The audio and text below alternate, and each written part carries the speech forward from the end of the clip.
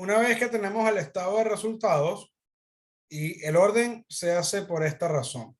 Necesitamos la utilidad neta proyectada para luego transferirla al estado de situación financiera, hacer la proyección que corresponda y verificar que se cumple la igualdad, donde el total de activos tiene que ser igual al total de pasivos y patrimonio. Bien, para ello vamos a comenzar desde lo que serían los activos y llegamos a lo que es pasivo y patrimonio posteriormente. El efectivo, el primero de todos, se puede proyectar de dos maneras. O hacemos la proyección del estado de flujo de efectivo, que recuerden que es ese reporte en donde determinamos las variaciones del efectivo, que sin duda es algo bastante tedioso, o hacemos una proyección más sencilla. Vamos a irnos por un atajo, que es utilizando el indicador de días promedio de efectivo. Esto debe serle familiar. Si recuerdan lo que vimos en el tema 2 de gestión del capital de trabajo, utilizamos diferentes indicadores de gestión y aquí vuelven a aparecer. En este caso voy a incluir un nuevo indicador que sería los días promedio de efectivo y no lo confundan con el ciclo, ¿de acuerdo? No lo confundan con el ciclo de efectivo. Aquí lo que estamos midiendo es cuánto se tarda en promedio en reponer la caja chica. Y es el indicador más preciso que, aunque no forma parte del ciclo, sirve para poder hacer una proyección rápida del efectivo. En este caso, lo que hacemos es relacionar el dinero, el efectivo y equivalentes, lo multiplicamos por 360 días, base año comercial, y lo dividimos entre las ventas netas. ¿Qué hay que hacer?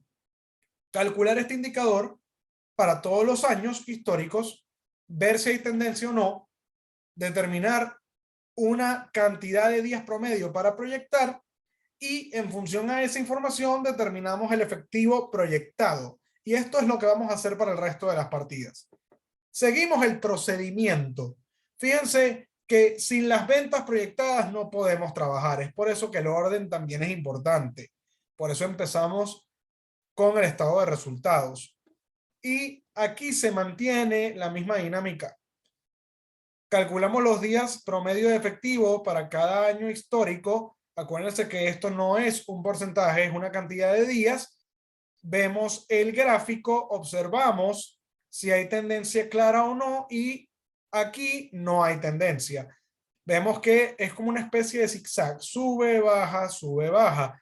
En este caso, se propone que no hay tendencia y que se debe proceder a utilizar el promedio de los últimos 3 años. ¿Qué sucede aquí? Aquí tenemos un 8,22 que es un pico en el 2017. No sería prudente utilizar un promedio de 2 porque sería un promedio que está sobrevalorado. Aquí lo estamos amortiguando un poco, ¿ok? Y inclusive, dependiendo del caso, se pudiera tomar un promedio de 4 o hasta de 5. Yo preferí optar, ¿ok?, por un promedio de 3. Fíjense que con un promedio de 3 me da 5,62 días, que es cercano a este valor, que es un poco más viejo. Me permite, como digo, amortiguar un poco este valor y me permite generar unos niveles de efectivo más realistas. Esa es la evaluación, ¿ok? Y en este caso, la verdad, por lo que son los valores y para mantenerme relativamente cerca, pues estuve con o decidí tomar un promedio de los últimos 3. Ahora, una vez que tenemos este valor, vamos a dejarlo fijo, ¿ok? Este es el valor que se va a utilizar para proyectar cualquier año futuro. Si este valor es fijo y yo ya tengo las ventas proyectadas, yo puedo determinar el efectivo si hago un despeje de esta fórmula.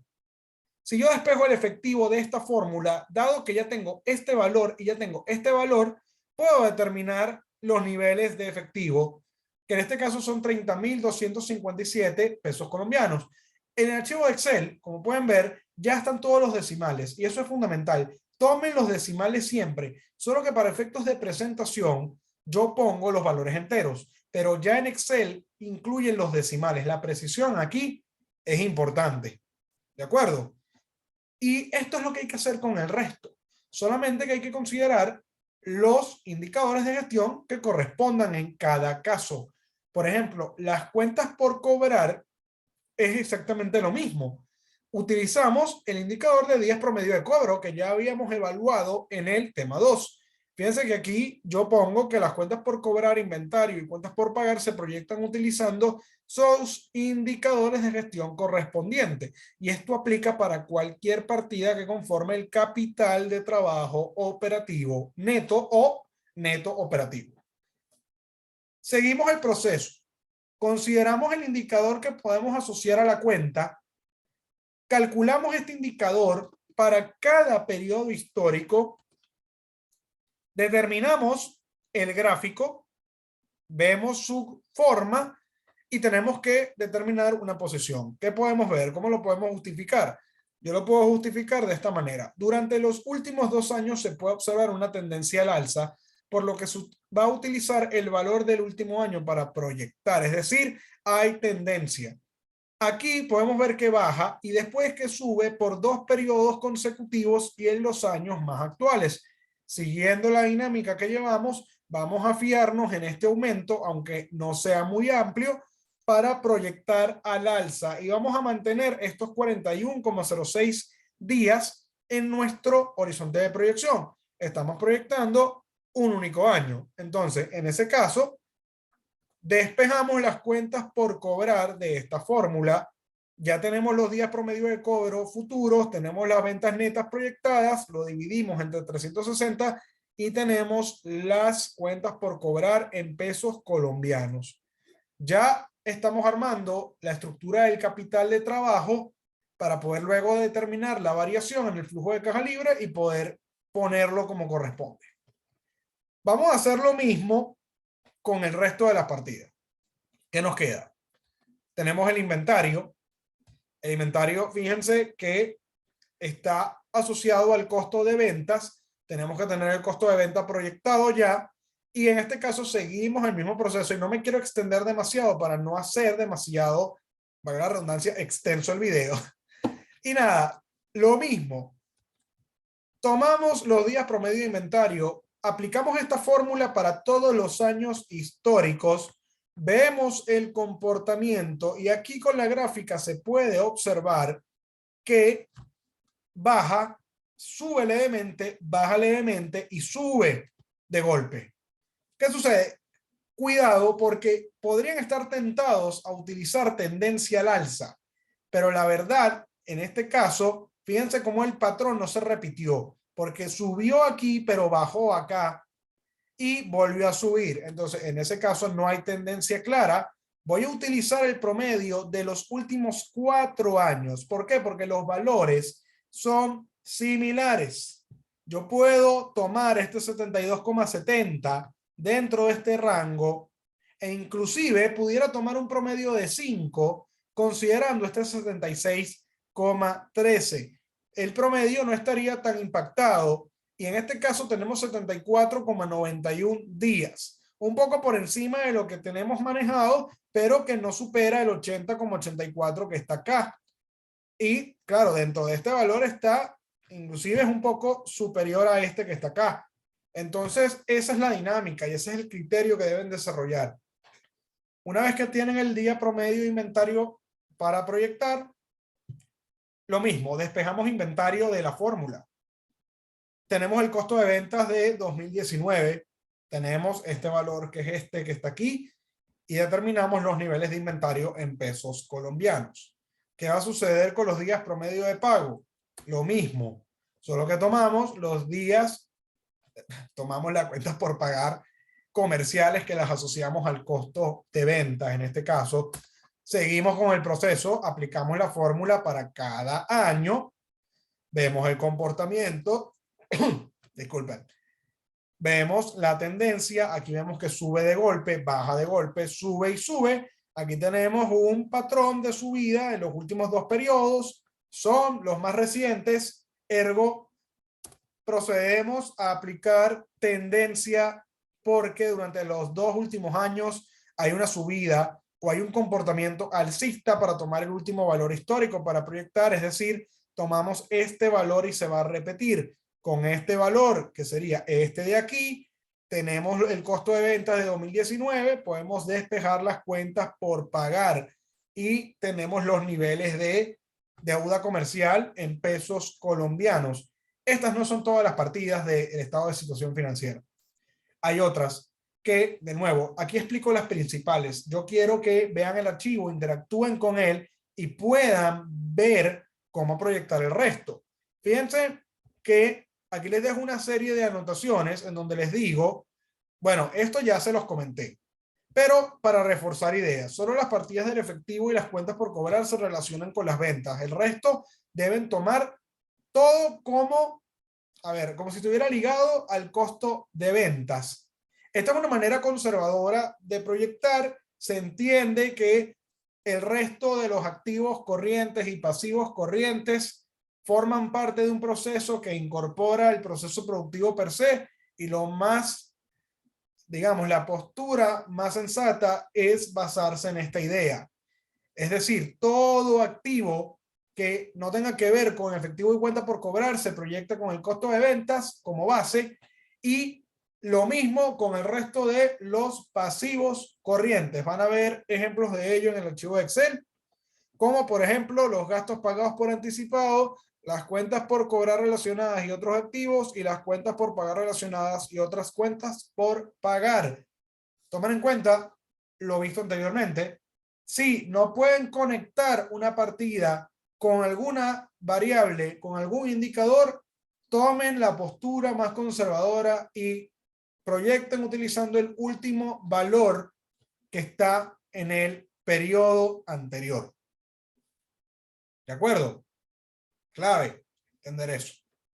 Ya podemos determinar lo que sería, por ejemplo, el capital de trabajo, y ya lo que nos quedaría es pensar en activos y pasivos a largo plazo y lo que sería también el patrimonio. Pero antes de llegar ahí, esto me gusta, ¿no? Porque esta es una manera sencilla de proyectar, asumiendo que no conocemos los niveles de activo y pasivo corriente. Si no tenemos esa información, podemos proyectar con la productividad del capital de trabajo neto, que es otro indicador que vimos en el tema número 2.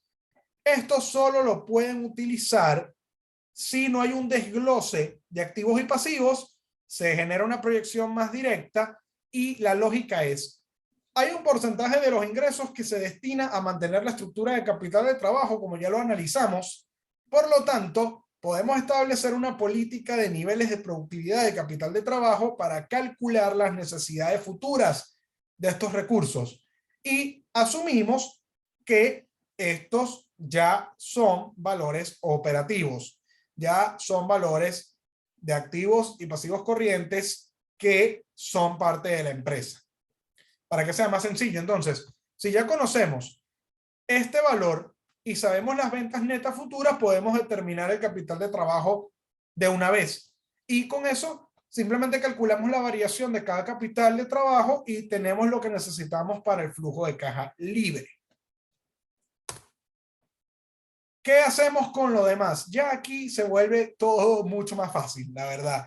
Ya el fuerte se cumplió.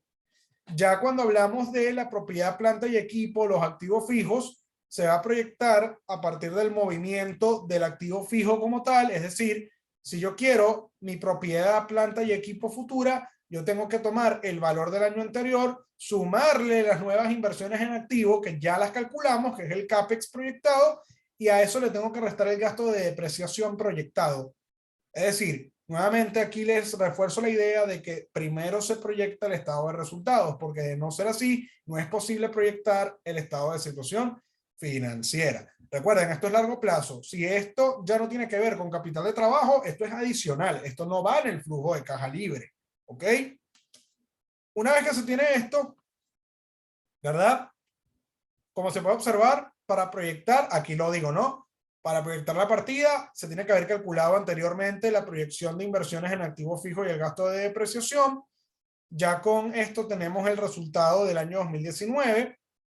¿Y qué pasa con el resto?